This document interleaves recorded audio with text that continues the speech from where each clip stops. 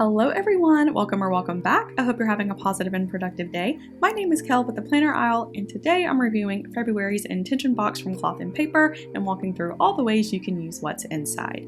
This is a massive box, definitely curious to what's in here. The theme this month is morning routine, which I hope is a step up from last month's evening routine box. I wasn't super impressed with most of the items in the January box, so I'm hoping February will have more practical accessories for the average functional planner.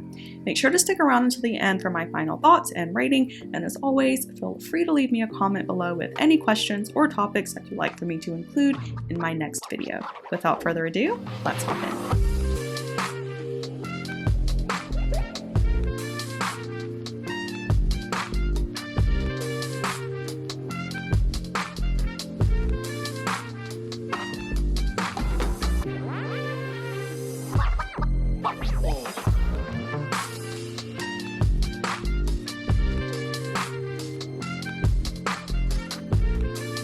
So first we have our What's Inside card, and this is an updated design from the larger cards that used to come with these boxes. On the front, they include a photo depicting the theme. This month, with the theme being morning routine, you have a photo of a table with breakfast and a newspaper, and it says Fresh Start in blue text, and then flipping over, you have a list of what's inside.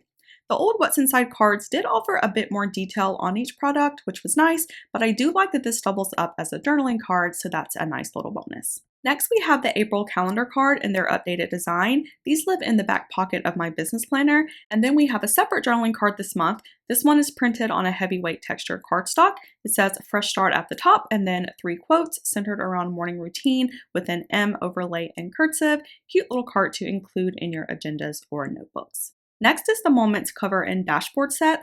Looking at the cover first, you have a front and back cover. It comes in this nice thick matte plastic.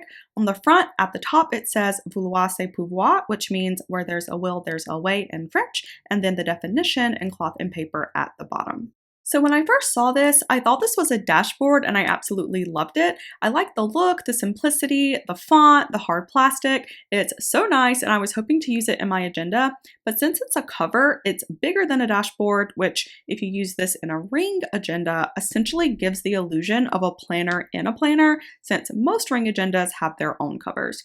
I think the people who are going to get the best use out of these are those with disc planners, since discs allow you to build your own agenda from scratch. These would work perfect as covers. If you do want to use this cover with rings, unless you purchase just the rings themselves, you're going to end up with 2 covers, which again, aesthetically wise, some people may like. Another option if you have rings is to use this as a divider. You can use it to break up an area in your planner and maybe use the blank space as a place to house sticky notes or page flags. If you don't want to use it as a cover at all, you can cut it down to your planner page size and then use it as a dashboard. That's what I plan to do. I love everything about this design, but since I am in rings, I much prefer the look of this as a dashboard with all of my pages in line with one another. If you do decide to cut it down, make sure to check the size of your page first to make sure it's not cutting off any of the text. I'm in A5, and as you can see, cutting it down still leaves enough white space on the sides. The text ends up being a little bit off center, but it's not super noticeable with the text being so large.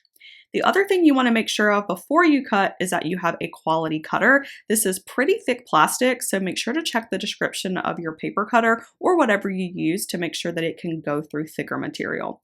The one I use is the Fiskars Bypass Rotary Trimmer. It's fantastic and it cuts through all kinds of thicker materials. I'll link it down below, but it is on the more expensive side, so I would not purchase this unless you do a lot of cutting or create or print your own inserts. You can also use a box cutter or X-Acto knife and a ruler as well if you have a good hand. But I do like this design so much. If your subscription is in a disc-bound size, then you're definitely lucky this month. This cover is so beautiful and will look really nice layered over a neutral tone dashboard. If you have a ring subscription like me, then it kind of sucks we can't really use it as a standalone cover, but it's still nice and there are ways to make it work. It comes paired with the Moments dashboard.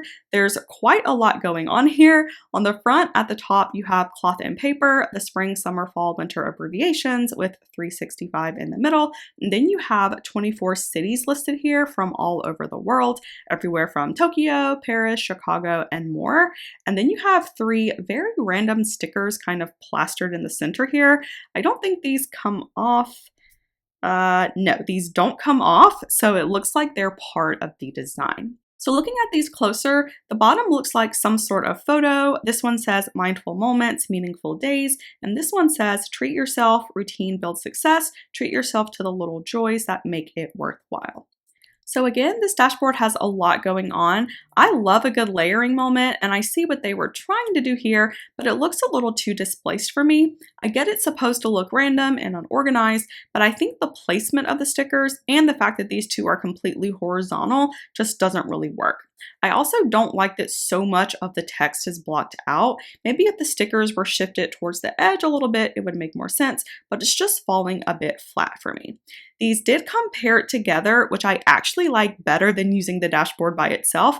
It's super busy, but because you have this large text at the top covering the small text underneath, it gives it this sort of intentional, messy aesthetic, but it's much more visually balanced. The dark black of the cover, along with the whites and tans of the dashboard, really play off of each other and enhance the look of both.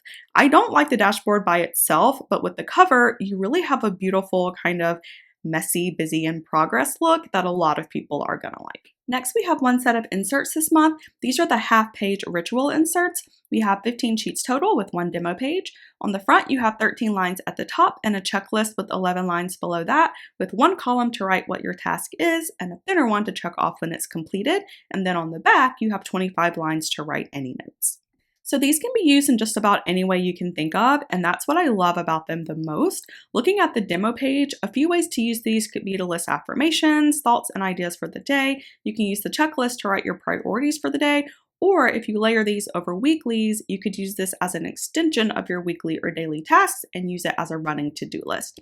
I also love that we got half-page inserts. They really come in handy when you need extra space on your spread and gives you more room without having to use an additional sticky or cover up your text with sticky notes or something. These can be layered over really any of your scheduling inserts or your habit trackers or notes inserts as well. Because the layout is open, it can pair with budgeting, well-being, work, school projects, supplementary agendas, and any other areas where space may be limited. I plan on splitting these up and using them in my main agenda, my business and budget planner. I task manage on my actual inserts, but in my main agenda, I like the idea of having a few of these during busy season when I have a lot of deadlines to meet. That's when I tend to go through stickies a lot, and these will make a perfect substitution. These are super great inserts, very functional, and a great addition for February. Moving on, we have a set of transparent filleted or filleted stickers, depending on how you choose to pronounce it. They're in the color Espresso. You have 3 sheets total, one sheet of 48 small, a sheet of 30 medium, and a sheet of 14 large, so 92 stickers total. I love these stickers so much. First of all, the color is this beautiful, rich chocolate brown. It's so gorgeous and a great complementary color that matches with other colors really well. I also like the shape of these, which I think is where the name comes from. It's not a shape that you see very often, and it can complement a lot of different spreads and layouts. I don't use shape stickers all too often in my agenda. I typically use them to mark special events or as a way to code a particular activity, like the corner stickers that I use for bill dates. I'm not sure how I'm going to use these just yet, but they match my main agenda perfectly. I may end up using them to bullet point out items in my notes section, or I might use them in my work notebook. They match my cover there too. Either way though, it's really nice to have transparent stickers. They make a great addition to a functional planners collection. Next, we have one set of 50 round matte sticky notes in the color Ibiza. This is a really nice color, very similar to a latte or milky coffee. These are super straightforward. Sticky notes are always great to get, and similar to the espresso stickers, this color is a pretty neutral that'll pair well with a number of color schemes. I also like that they're round. Round stickies always look nice on planner spreads, and I've always been a fan of them. I really don't have too much to say about these. I mean, I think they're great, simple, super practical, and another great addition to the box. Next, we have this adjustable notebook pouch in the color white in this sort of nylon material. The pouch itself is about 5.5 inches long, but it has this adjustable strap that stretches to cover notebooks and planners anywhere from 6 to 12 inches. On the front, you have a little pocket here with a cloth tag with cloth and paper branding, and then you have a zippered pouch with a tight mesh interior. So this is the perfect example of a planning accessory that is simple in nature but super functional, especially for those of us who use a variety of writing utensils in their agendas. I think most of us have pen pouches and cases, but this one allows you to carry whatever highlighters, pens, and accessories that fit with your planner, so many of the things that you grab for most often are at your fingertips. What I like the most about this is this outside pocket. Not only can you put pens on the outside that you can grab without having to open the zipper, but it allows you to put longer pens or highlighters that won't fit in the zipper section here as well. The other thing I like about this is the fact that not only does it adjust to larger planners and even thick ones, but it also is small enough to fit over thinner notebooks and covers without sliding off, which is something I've been in need for a while now and how I plan on using this. For the past year, I've been using a bullet journal for my wellness planner, which works a lot better for my routine than a ring or disc option. The downside though is because it's a bound journal and I don't use a cover, there's not anywhere to really store some of the tools that I use with it. This little pouch is the perfect solution for me. I remember several years back when I was in school, I purchased a similar planner pouch from Erin Condren that wrapped around my binders and it really came in handy. This is much smaller than that one was and is the perfect size for a wide variety of planner sizes. For me, instead of wrapping it around my entire journal, I'm going to wrap it just around the front cover. That way I can just leave it on here. The inside can fit quite a lot. In the zip pocket, I'm going to keep my black, blue, and red pen that I use on my calorie log, my tweezers for my scale stickers, and my ruler, which I use to make lines in my food log. And then in the outside pocket, I'm going to put 4 of my Stabilo fine liners. These are the ones that I use the most. And then slide this over the cover and I'm good to go. I'm really excited to start using this. It's such a neat little pouch and such a good item to include in a planner sub box. The only thing I don't like about this is the large cloth tag. I wish it just said like cloth and paper here at the bottom and not such a large branding tag, but in the scheme of things, that's fairly minor. This is one of my favorite accessories that they've sent, and I think a lot of people are gonna love it. Next, we have this storage pop-up caddy. It comes flat like this, so to put this together, it looks like we maybe fold the bottoms here. Okay, I've got to figure this out. I'm gonna fast forward through me putting this together and I'll be back.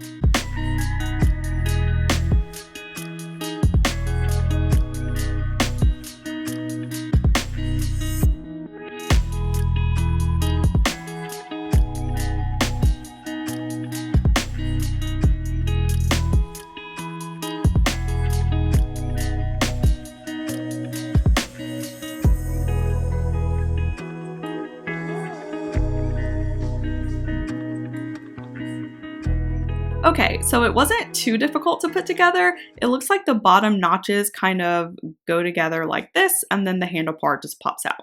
So this is a pretty simple, straightforward little storage unit. You have 4 sections where you can put stickers, pens, accessories, and other stationery supplies. It does have a handle so you can carry it around, but I feel like this would probably work best if it stays stationary, especially if you don't have these sections filled.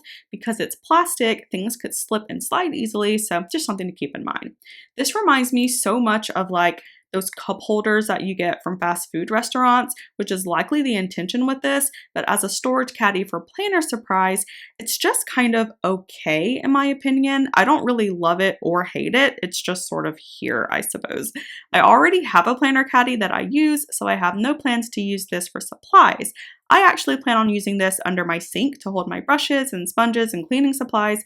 The plastic makes it easy to wipe in case something spills, and the sections are large enough for spray cans and bottles and some of my more awkwardly shaped supplies. Again, I don't have strong feelings about this one way or the other, and I think most people will be able to use this for something. The good thing is that if you're not using it, you can fold it back down flat and store it away, so it's definitely a space saver, but I'd love to know how y'all plan to use this. Let me know in the comments down below. I'm super curious. Last, we have our monthly writing utensil set. This month we have 2 pens, starting with the first. This is the Pilot BX High-Tech Rollerball pen in the color blue. This one has a 0.5mm tip. Doing a pen test here, This writes nice, it's very smooth, and the blue is a really dark, dull blue, very understated, and it looks really nice against white. I like the way this writes, but I don't like the feel of the pen itself. The barrel is a hard plastic and it doesn't taper towards the tip. Instead, you get this sharp cutoff that scratches against your fingers, so not a fan of that, but otherwise the ink itself is great, as is the color. Next, we have the Schneider Ricoh retractable ballpoint pen in the color black. This one also has a 0.5mm tip. Doing a pen test here, this writes super smooth, and surprisingly, I'm not getting any skipping with this one. That's my biggest issue with ballpoints and why I don't have too many in my collection, but the finish on this looks very similar to gel ink, so definitely a pleasant surprise. The other great thing about this pen is the design of the barrel. I'm not sure if you can see, but there's these little indentions towards the bottom that give your hand a bit more grip and makes it much more comfortable to hold. The plastic also has a matte feel and doesn't feel as slippery as the Pilot. I really like this pen, and if you're a fan of ballpoints, this is one of the nicer ones that I've tried. I'm glad they included a blue and black pen this month. Those are probably the two most common everyday colors we use, so people are going to get great use out of both of these. And that wraps up the February Intention box by Cloth and Paper. So I am super happy with this box. I was really nervous after January's, but this month was spot on in terms of what products they decided to send us. They left out the more gimmicky items and went back to the basic everyday planner items like stickers, sticky notes, and inserts, while still including a few unique accessories like the cover and the pouch that still have a functional purpose. My favorite item this month is by far the pouch. It's something I have an immediate need for and will likely use for years to come. My least favorite item is the Moments dashboard. It just fell flat for me. The placement of the stickers didn't really make sense. I do like it under the cover though, but by itself, it's not really doing anything for me. I also didn't really get the morning routine theme. I mean, other than colors that mimicked coffee and the caddy that looked like a drink holder, I didn't really connect any of the other items to a morning routine, but that's not a big deal for me. I care much more about the contents of the box, which for me is one of the best boxes they've sent in a while. All in all, I'm rating this box a 9.3 out of 10. This was a major improvement over last month, and I feel like this box will appeal to a wider range of people than January's did. If this is the new direction they're going, then I think subscribers are going to really enjoy the subscription. I had someone in the comments on my last video mention that it looks like Cloth and Paper is designing their subscription products less around functional items for your planner and more around items that will inspire you to use your planner. If that's true, then it'll be really interesting to see how these boxes do evolve over the next several months and what the general feedback from subscribers is. And that is it, you guys. I hope that you enjoyed this video. If you do want to see more planning and organizational content, please hit the like button and subscribe. You'd help my channel out a lot. Also, don't forget to follow me over on Instagram for more planner tips and inspo, sending positive vibes your way. Until next time, stay safe and have a wonderful rest of your day.